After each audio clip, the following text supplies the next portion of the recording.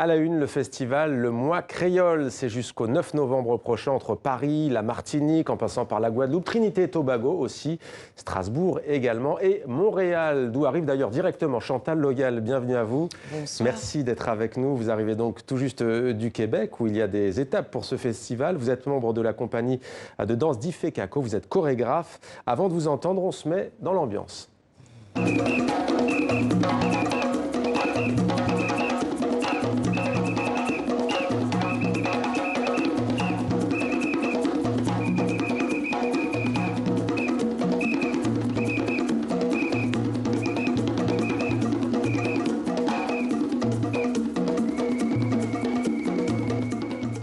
Voilà, la danse, beaucoup de danse, mais pas seulement, Chantal Logal.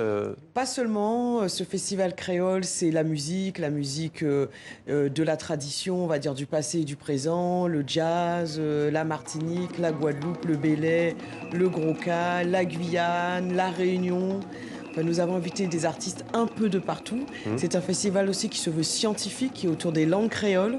Donc nous avons aussi invité beaucoup de chercheurs autour de cette langue créole. Vous avez dit des langues créoles, pourquoi il n'y a pas qu'une langue créole? Il n'y a pas qu'une langue créole, nous avons les langues créoles, on va dire francophones, lusophones, anglophones. Donc du coup, l'idée c'est que ce festival il puisse grandir avec ces différentes spécificités de la langue et qu'on puisse au fur et à mesure les inviter au fur et à mesure des années, en espérant que ce festival va grandir et va rester. Alors cette édition est centrée principalement, cette troisième édition, sur la Réunion et la Guyane.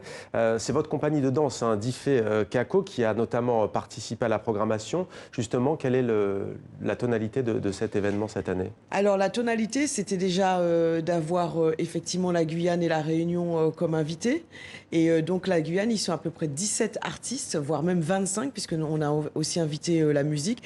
Et la tonalité, comme je vous l'ai dit, c'est beaucoup de transmission, beaucoup de musique, de danse et de théâtre, et surtout beaucoup plus, on va dire, de presse aussi sur ce festival pour faire connaître les artistes et leur donner une visibilité.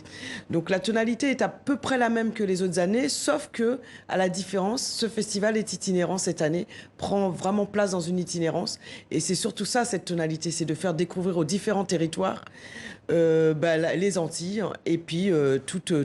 on va dire loin des clichés aussi peut-être qui collent à la culture créole. Oui, loin des clichés, parce que c'est pour ça qu'il se veut scientifique et qu'il se veut aussi on va dire culturel.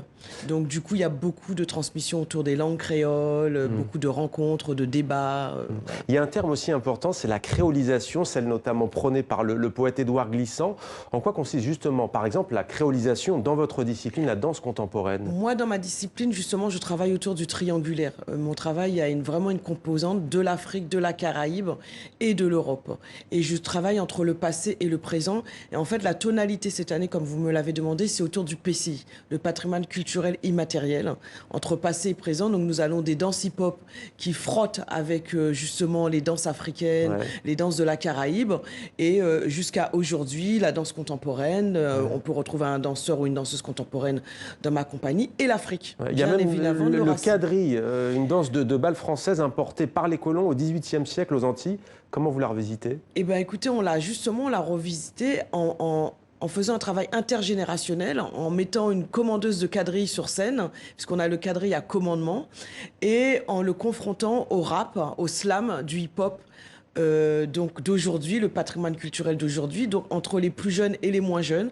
Donc sur cette pièce qui s'appelle Cercle et demi-cercle carré, sur lequel j'ai travaillé, j'ai des personnes de l'âge de 25 ans à l'âge de 70 ans. Donc c'est comme ça que c'est revisité par le costume, par la musique, par l'espace, par les différentes danses et les différents possibles aujourd'hui pour que ces deux cultures d'aujourd'hui, du passé et du présent puissent se confronter.